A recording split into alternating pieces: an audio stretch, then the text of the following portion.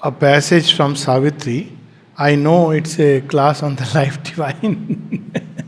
I can't resist the temptation of reading from Savitri in the Andaz of Savitri, the gospel of delight that Sri Aurobindo is revealing to us through the passages of the life divine.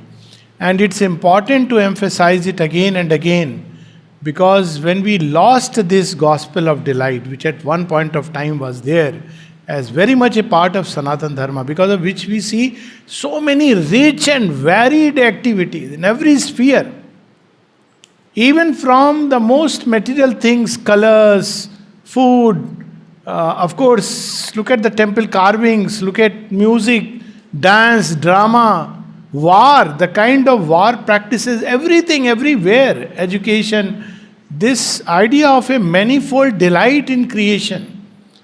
And we lost it when the spell of Mayavad came, and we'll talk about that after a while. And this led to the downfall, because suddenly all was illusion, all became otherworldly. The West caught it from the other end. That other end means that pleasure, joy. Pleasure and joy is not delight, but at least if you take joy in life, you may end up discovering.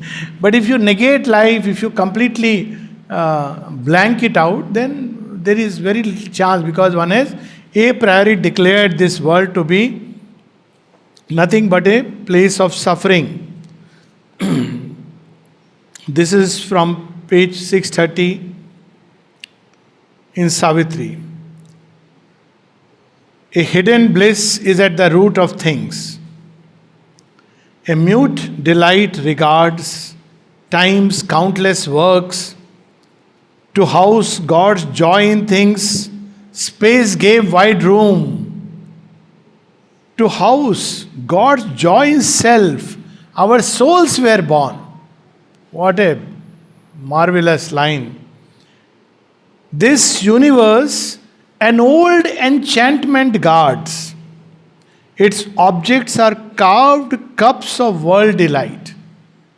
Everything that we call as objects, material things, carved cups of world delight. The all wonderful has packed heaven with his dreams.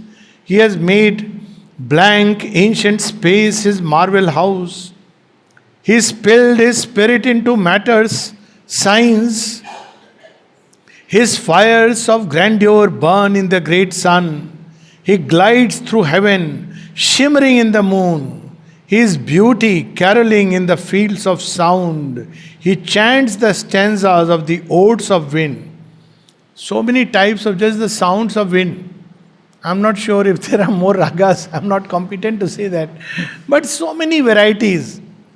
And if you add to it the music of the chirping of birds and all the sounds that exist in nature. His silence, watching in the stars at night. He wakes at dawn and calls from every bough. Something which we miss when we go out from India. Now even in India, you miss it. This chirping of the birds calls from every bough. Who is calling? Bliss is calling us. Lies stunned in the stone and dreams in flower and tree. Even in this labor and dolor of ignorance, on the hard, perilous ground of difficult earth, in spite of death and evil circumstance, a will to live persists, a joy to be. What marvelous lines these are. They're like tonic, a real tonic for the soul. And he doesn't stop there, he goes on. There is a joy in all that meets the sense. A joy in all experience of the soul. A joy in evil and a joy in good. A joy in virtue and a joy in sin. Indifferent to the threat of karmic law, joy dares to grow upon forbidden soil. Its sap runs through the plant and flowers of pain. It thrills with the drama of fate and tragic doom. There are actually, it is regarded as one of the rasas. Sophocles and some other, who have made a rasa out of tragedy. People enjoy that. Laila Majnu and things, stories like that. It thrills with the drama of fate and tragic doom. It tears its food from sorrow and ecstasy. On danger and difficulty whets its strength. Again, story of Prithviraj Chauhan. On danger and difficulty whets its strength. It wallows with the reptile and the worm and lifts its head, an equal of the stars. It shares the fairies' dance, dines with the gnome. It basks in the light and heat of many suns, the sun of beauty and the sun of power. Flatter and foster it with golden beams. It grows towards the Titan and the god. He continues. This is so important. We have completely lost it. And there are consequences. That's why it's important. So people often nowadays, problem of alcohol, drugs, all this is increasing. And people are trying to find what are the means. Because we have moved away from that delight. I'll give one example, glaring example. And it is Punjab. Today's Punjab is so much drug issue is so rampant. Actually, people are not aware, so much drug issues. And why it has come? Because the original teaching of the Sikh gurus, what was it? Very simply, remember God, Naam jap karo, Simran. Dusra, second thing was Kirat kar. Perform your actions and Vandchak, share with all. Perform selfless actions. And if one does that, even this much, selfless action. Of course, if one can do action for the divine, it totally liberates us. But even actions done selflessly, sharing with all, Sanja Chula, all these things were there. And remember God. These three simple mantras given by the great gurus completely turned away from that into an extremely narrow, hard ideology. Not even an ideology, completely falsehood. So what happened? They lost contact with their own soul. And then of course, whenever we lose contact with our soul, when we drop into a hole, into a pit of darkness, who is waiting there? All these beings, come, you are one of us. And then they give drugs, alcohol, and then you completely change yourself into another. That's how the hostile forces work. What is the remedy? Remedy is to bring back the glory of the great gurus. There is no other remedy. Otherwise it's doomed. Whatever you may do, if you bring back that glory, that way of life. By glory I don't mean beating drums and demanding a separate state. By bringing back that noble, great idea of being selfless, of doing selfless service, truly selfless service, not for advertisement, anything. It is so liberating. Why? Because suddenly we open doors to joy. The narrower we become, the less happy we are, and therefore we need artificial things, parties. For example, who goes for party is not happy being at home. So, wants to rush to parties. Why? Because home is not a place where you find happiness. So you rush to parties, and the more you rush to party, and we see why this is happening in a civilization where outer success, money, all this, because it makes you extremely selfish. A kind of competitive capitalism, which Sri Aurobindo says is not the future, just as this kind of communism is also not the future. What it teaches you? It teaches you that survival of the fittest, so everybody is running for himself, and therefore he gets cut off from the great current of life. This is the lesson India had. Message, we grow up like that. Any of us who have seen, sorry for being a bit passionately emotional, you make chapatis even in an ordinary household, you give to Dharti Mata and crow and cow, and then you put it before God, and then what it teaches very simply, life is not just for yourself. And it is so beautiful, worship of the tree and plant and snakes and everything, cat and dogs and everything. It made you feel connected in the depths with this whole creation. But suddenly a wave came, scientific materialism. Matter is all. You must acquire more and more money, more and more material. It will give you joy. And somewhere we lost ourselves in that gospel. Why we lost? Because of Mayavad. Life was too pessimistic. This is a way, suffering, sorrow, somehow go back. So when this came, that power which, as I was saying, Sikh Gurus, Guru Gobind Singh, how they fought with Shivaji, and all this we lost. So it fell. So a field which was full of people were not strong like Buddha to arrive, but they picked that part. Oh, life is full of suffering, even when everything is fine. If you ask a data analysis, is your life really full of suffering? No, I mean in general life is full of suffering. So you had option either between an otherworldliness, very difficult for human nature, or material enjoyment plus a little satsang, and therefore register your name in seat to nirvana. And this became the way of life. So now the true Sanatan Dharma, it is emerging because it is the only thing. It's only if we say that this creation is an act of delight, can we really understand that why in spite of everything man sticks on and stays on.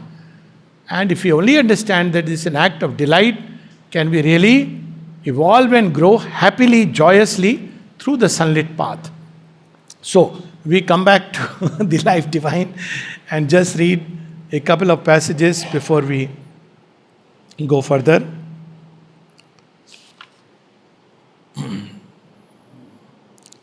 Page 117. So again, as I said, repeatedly Sri Aurobindo says that it's because of the ego that we lose this delight.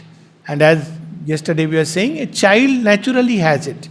Till somebody comes, clicks a picture for BBC and says, you are Bhukananga. Oh my God. And then compares with some. If outer things could give you happiness, then a dog in an air-conditioned car wearing a nice suit would be the happiest person. But poor fellow can't even bark at will. So, anyways, so the full liberation can come to us only by a similar liberation in all our parts. What is this he is speaking of? Since the nature of suffering is a failure of the consciousness in us to meet the shocks of existence and a consequent shrinking and contraction, and its root is an inequality of that receptive and possessing force due to our self-limitation by egoism. So this is the problem. Of course, pain is also a defense mechanism. At a certain point of time, we have to safeguard our individuality. That's why it is said the first dharma is that. But it's not the last dharma. To safeguard yourself, to preserve yourself when there is an onslaught, to save yourself is the first dharma. But if that becomes the last dharma, then there is a problem. So, it is because of ignorance of a true self, of Satchidananda, the elimination of suffering must first proceed by the substitution of titiksha.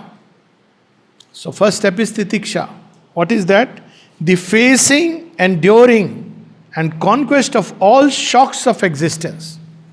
That is the first thing we learn in the ashram. Mother is there, but people are there, and departments are there, and you have no choice to change. You can't just say, I don't like this company, I am going elsewhere. I'll get more money there. No. Titiksha. And no jugupsa. You can't say, oh, I am not going, because this is a training in consciousness. One day you begin to love. I have seen this. If you continue, after some time you begin to love because you realize the deeper truth. And the deeper truth is one family. A family connected through the aspiration. Everybody has come with because of this aspiration. But in the beginning, the ego steps in with ideas, idealism, mental, sentimental ideas, and you cannot. You start looking at things through these lenses. You cannot bear the contact of the world, and therefore you transit. But if you stay, then a deeper well of love springs. And despite all the differences, you embrace each other as, whether we use the word Guru Bandhu or whatever. And this is an experience which is so beautiful in itself. And everybody gets this experience here, who stay on and stick on. as it was called in the ashram parlance. Stay on and stick on. So, titiksha. The facing, enduring, and conquest of all shocks of existence. So that's why in Indian thought it was taken as that whatever be your fate, learn to face it. Because when you face, you grow in strength, you grow in wisdom. But if you want to run away, try this route, that thing will pursue you because there is a message, there is a lesson. It will come one way or the other. The second is, for jugupsa, the shrinking and contraction by this endurance and conquest, we proceed to an equality which may be either an equal indifference to all contacts or an equal gladness in all contacts. So what is to be avoided is jugupsa. That's why in the Isha Upanishad there is a phrase. How do you know that this person has realized the self? Another. Markers are very interesting. Yesterday we knew that such a person is full of delight, rasa inside, attracting bees like flower. Second is, he is ever engaged in the good of the world. Sarva bhuta hite rata. These are the two signs that Kenopanishad tells us, as well as we see in the Gita. Gita gives sarva bhuta hite rata. That is good enough. So who doesn't need anything from the world. Only such a person can be engaged in the good of all creatures. Because he is happy inside. He doesn't want this or that. And third is, things will come to him automatically. All the good automatically, because he is the center. And now we see another sign in Isha Upanishad. Tatra ko moha ka shoka ekatvam anupashyata, and before that, tato na vijugupsate. He shrinks from nothing. Whether it be battle and toil, whether it be leading the life of an so-called, in our ignorance, ordinary humanity, where God is best concealed, or governing the worlds. He is equal in that. He does not shrink. No, I'll not do this. I can't do that. That's another training one gets in the ashram. To learn to do all things with equal joy, with equal, not like I am this or I am that. Your all other identities are taken away. You can't live with the, I was doing this when I was in the world. If you stay like that, gone. You get a new identity, and that's the only identity worth having, that one is a child of the Divine Mother. All other identity cards vanish. So, jugupsa has to go away. How can it go? Either equal indifference to all contacts. What does it matter? So, jugupsa, one way that one can practice it, that's my goal. That's where I have to go. What this X says or Y says or X doesn't say or Y doesn't say, whether somebody praises, somebody does not, or condemns or criticizes, how does it matter? I have to go there. This is one way one becomes indifferent to everything else. Or equally glad. So when somebody praises, you are glad, but not in the way, I am being praised. He doesn't know. That's when somebody criticizes, equally, take if it has a meaning in it, good, I can make a progress when I discover something. So one is happy. And if one cannot see any truth in that, then it's okay. Just smile. Be glad.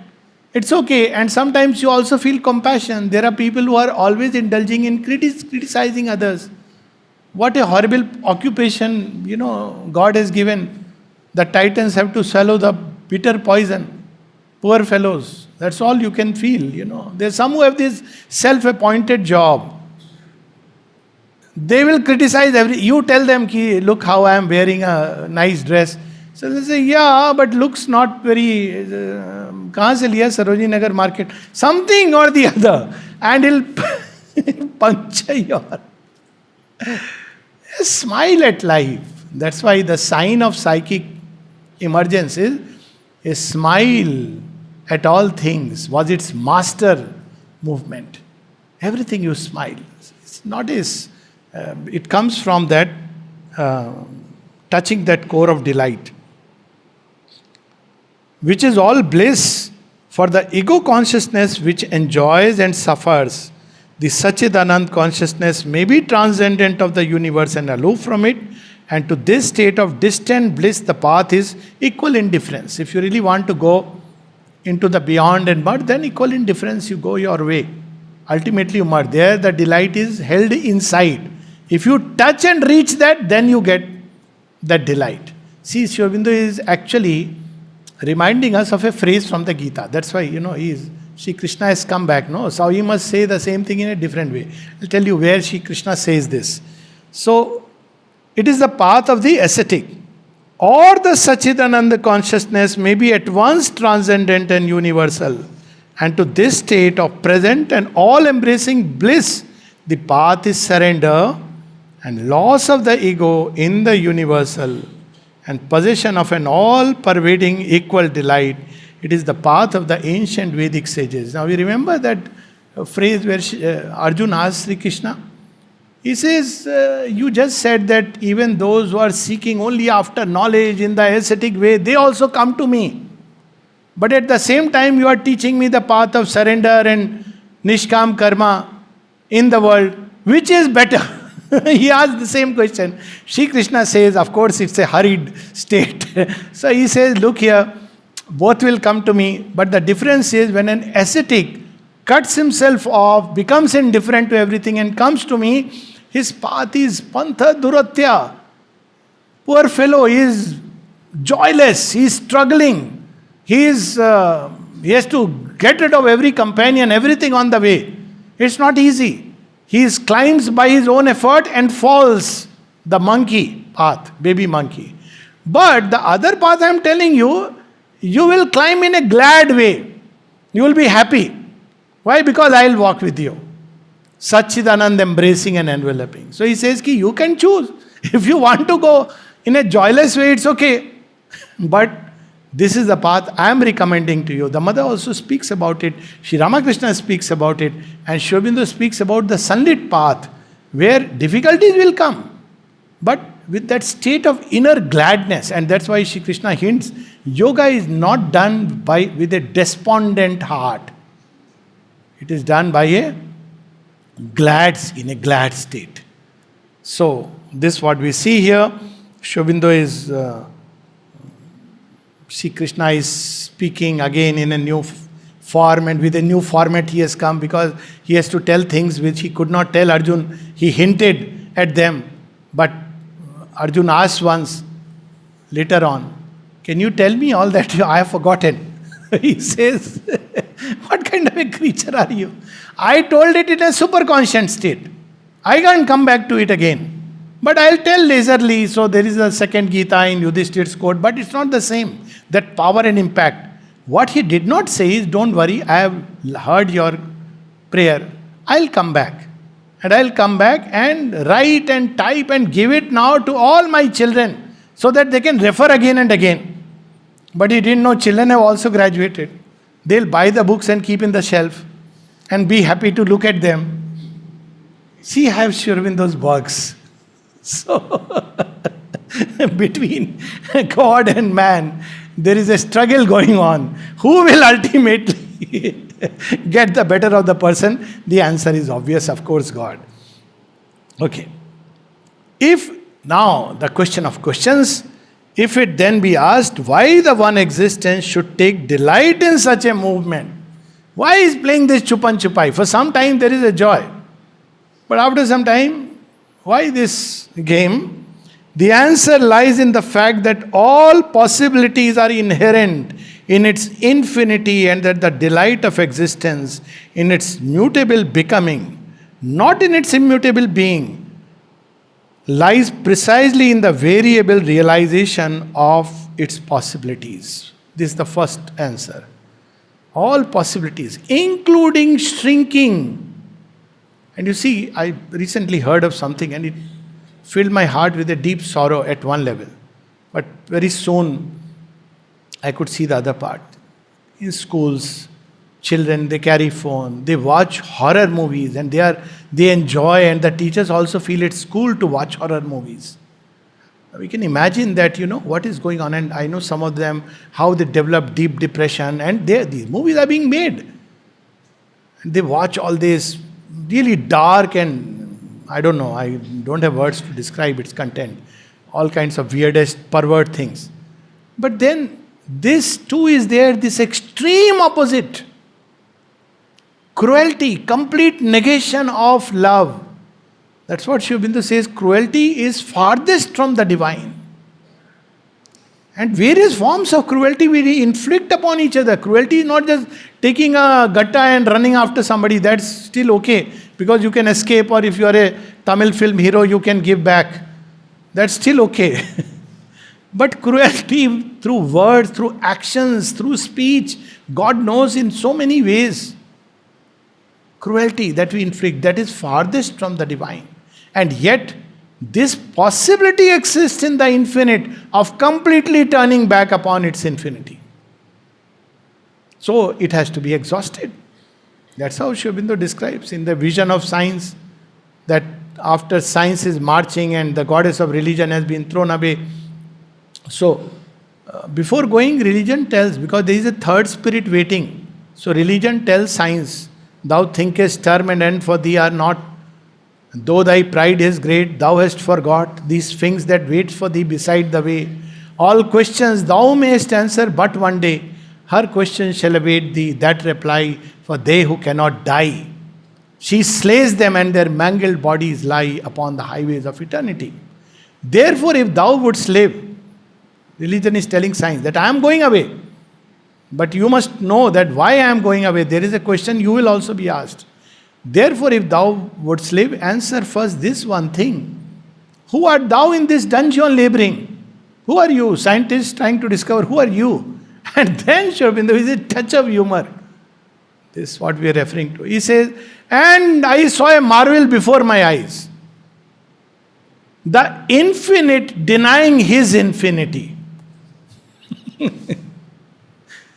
You tell a scientist, no, I am that finite particle, that small little boson. At least now they are calling it God particle to give comfort. And we are believing they have found God.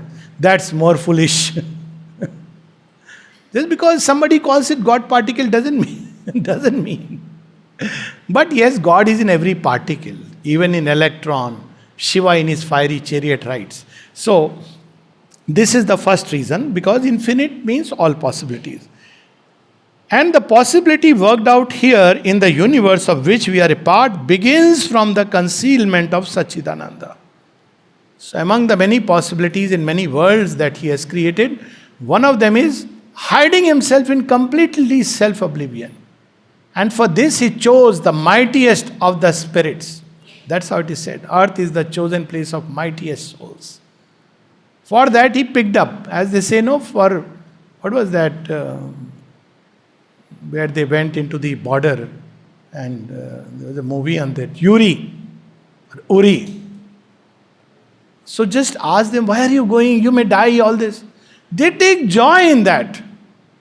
Courage. For that he chose the mightiest souls. Though somebody comes and tells her, no, it's a mistake, God made a mistake, run away. But earth is the chosen place of mightiest soul. Even gods don't have that guts, if I may say, to take a human form. So this is the beauty and greatness. Here the possibility that is being worked out is the most difficult. That divine completely is concealing himself. In heavens, he is somewhere known. In the Titanic worlds, he is expressing himself as force. But here neither force, nor knowledge, nor bliss, everything, nothing. You start with the helplessness of a child and then you grow. So this is what is taking place.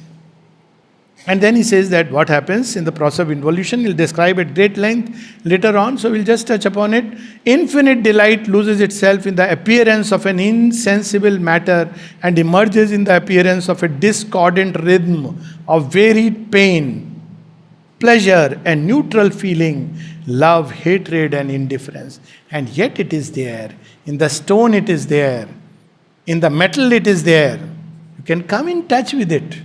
The metals, when you look at it, you feel that joy. It is there in everything. All that is needed is just a little touch to bring it out. Man, the individual, has to become and to live as a universal being. This is what is required. His limited mental consciousness has to widen to the superconscient unity in which each embraces all. This is the lesson that we are taught in a commune. Each embraces all. His narrow heart has to learn the infinite embrace and replace its lusts and discords by universal love. And his restricted vital being to become equal to the whole shock of the universe upon it and capable of universal delight. Not that, no, I won't do this, I can't, touchy, whatever is called. No. हम तो वो हैं जो आग को P जाते हैं पानी करके. You should be able to drink the fires as if it is water. This is what Sanatan Dharma was. And see how Sri Aurobindo is bringing it out in such a wonderful way. We should not be afraid of anything, afraid of death. Fear is jugupsa. Fear. That's why when people got afraid of corona, personally I felt, here too in India, we don't believe in death. We should be such like Agast Rishi who would drink poison and say, pacha liya. Ho gaya. Corona. We can take sensible precautions. It's about fear. That fear, which is jugupsa. Extreme jugupsa is born out of fear. Fear of everything. That's how Shri Krishna starts the message to Arjun. What is this state you have fallen into? You are afraid of everything. Afraid of action, afraid of sin, afraid of this, afraid of gods. What kind of a Kshatriya are you? What kind of a Arya are you? So he is reminding us to live in that universal delight, that vital being which begins to shrink. His very physical being has to know itself as no separate unity but as one with and sustaining in itself the whole flow of the indivisible force that is all things. His whole nature has to reproduce in the individual the unity, the harmony, the oneness in all of the supreme existence, consciousness, bliss. That's what the new creation is, where each lives in all and all in each. The old creation is each for himself and all also for himself. That goes one step further. So people often ask that, but there is so much individuality. I said, we also have individuality. But our individuality is of the dharma-based individuality, the true individuality, where you make a choice based on dharma, and even if the world tells you against it, you stand by it. Because that's the way to bring the ultimate unity in creation. You stand by that choice. That's an individuality. Individuality is not like I will do whatever I feel like. That's a false individuality. And this is the gospel that we have unfortunately picked up, and therefore we believe that we must live for myself, and my children should also live for myself, budhape ka sahara and all that God knows. And society should also, what benefit it is giving me, and Modi ji also or whatever government should also benefit. All the schemes I must sit and everybody must benefit, and God also. He must serve me everything on the plate. Why should I do anything? Are you are missing the joy. He is giving us a joy of the journey. Imagine if he picks us up and suddenly we are asleep and we are transported. We'll miss so many things and perhaps we won't be able to breathe. Mount Everest transported by magic. Mansarovar. Somebody picks up and puts you there. You'll be disoriented. You will say, "Kahan hai mera ghar?" You'll want to run back because you'll be asphyxiated. But when we walk, the joy of the journey, the chantings, the togetherness, and so many challenges, difficulties through which we move, then when we meet the Chandrasekhar, then there is delight. Otherwise we are unfit. So that's how there is. But all this is fine. The question is, if it was as simple as that, it's okay. But we know that when we look at this world, when people lose that state, at some point the loss took place. Extreme. How did it happen? We know that it happened. Divine chose to conceal himself. Okay. We don't know why he chose to do it. We don't know how he did it. How he could do this. And then he has done it so well that it is so difficult to tear even one veil. What is this? And therefore, when we look at the world from this side, which is a world of suffering and pain in that sense. Why suffering and pain? Not because majority is suffering and pain. Suffering and pain also come because there is a joy for the infinite. There is a need of the infinite. We want infinite knowledge, we want infinite power, we want infinite love, we want infinite bliss, and we can't get it, so there is pain by paradox. We are seeking and we don't get.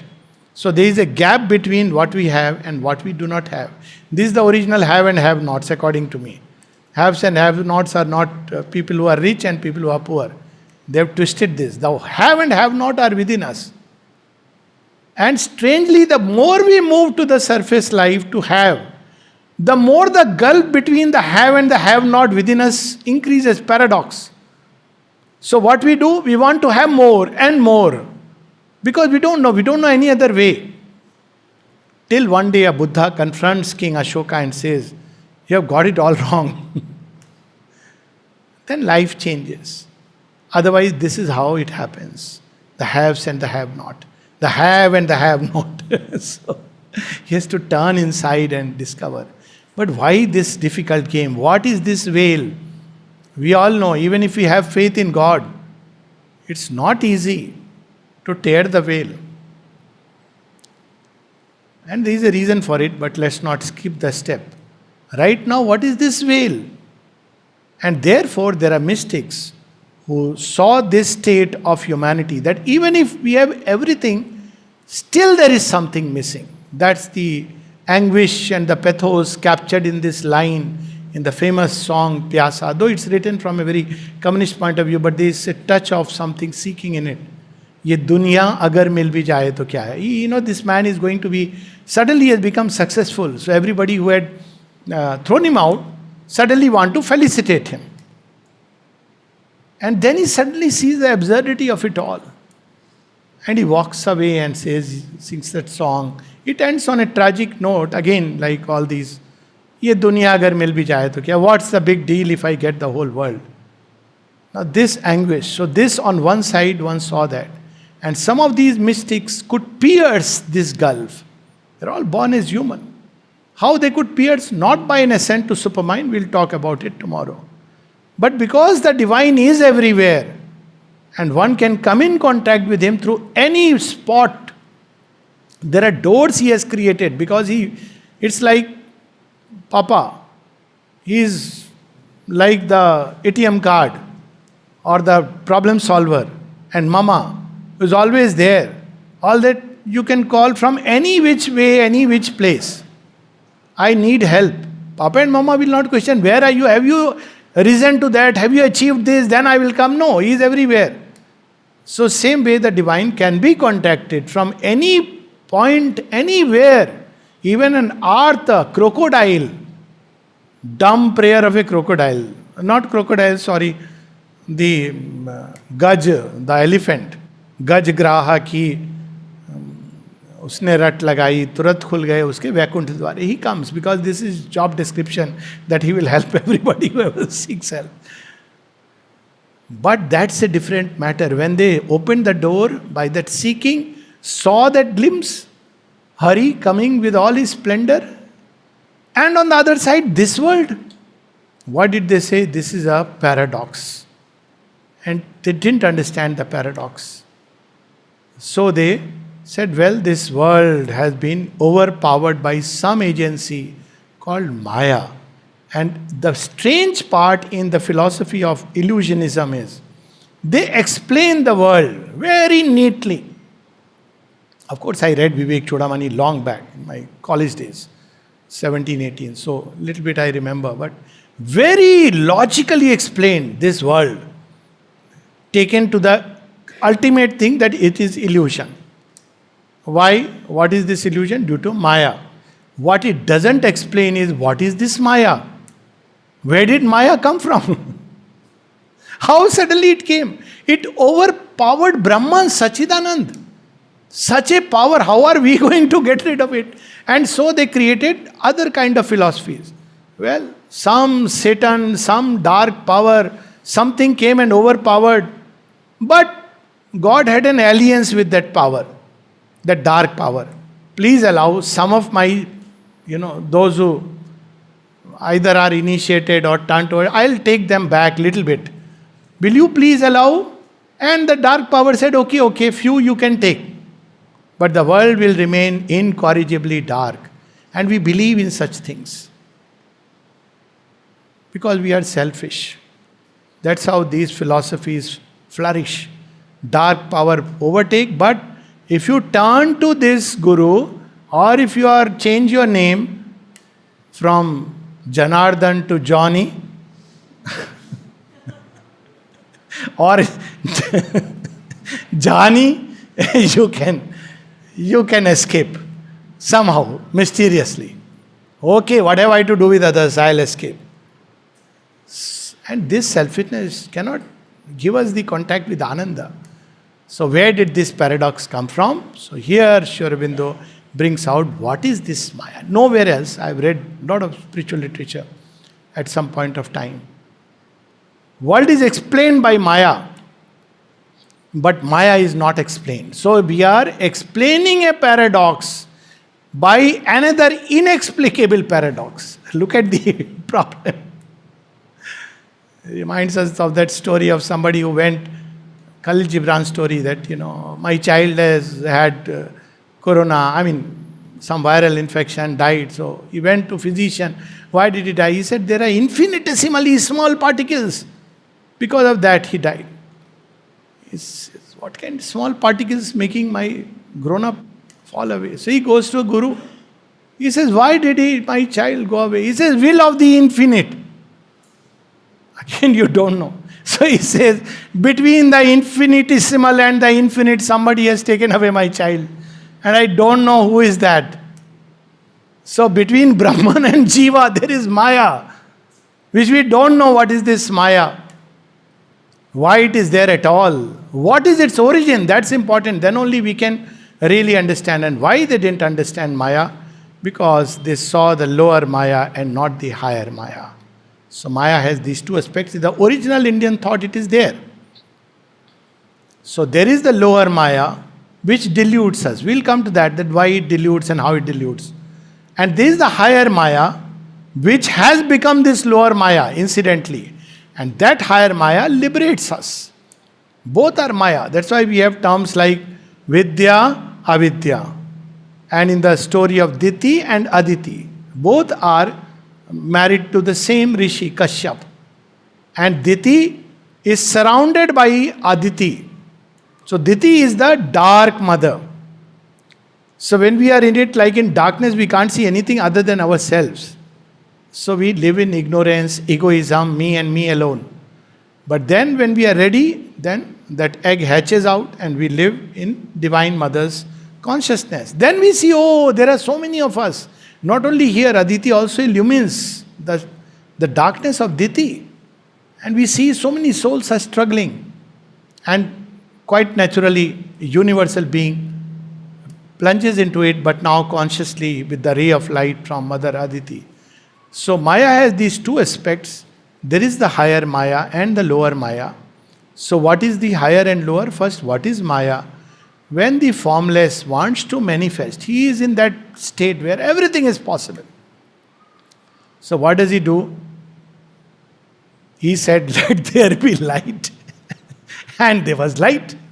Right?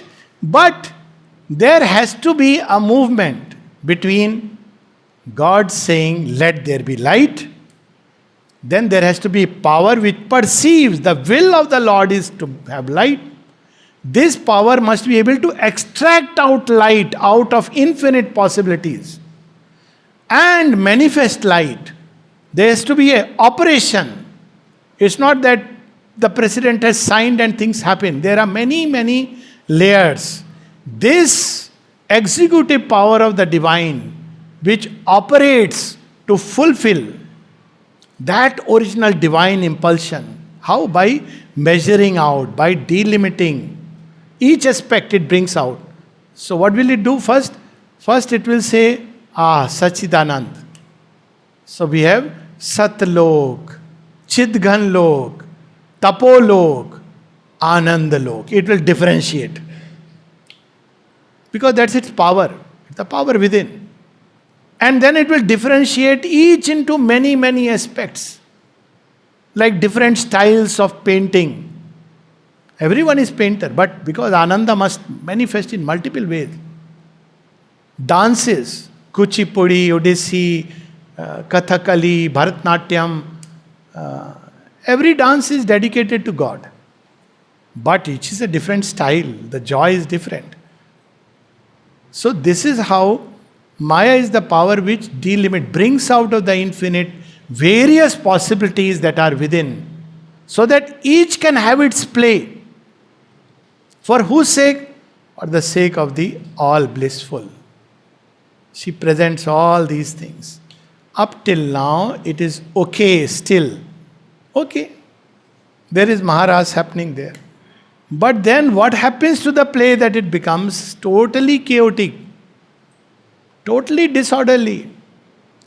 Why this higher Maya changes into the lower Maya? And because, we'll read the passage after the break, because he also had this original will. Eko ham bahushyam. One wants to become many. How will he become many? Anything he brings out is naturally attracted and merges. To become the many, each must first become, each part must become as if it is itself. To take an example, initially parents bring out children, they like the children should be around them. But after they are a little grown up, parents want he should go take the challenge of the world, experience of the world. Why? Because he knows otherwise he'll not grow. So the child goes far away. So far that the child sometimes forgets the parents, except when there is a crisis. Otherwise he forgets.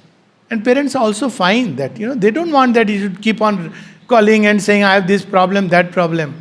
They're happy that the child is able to deal with the problems. Now he is growing into adulthood.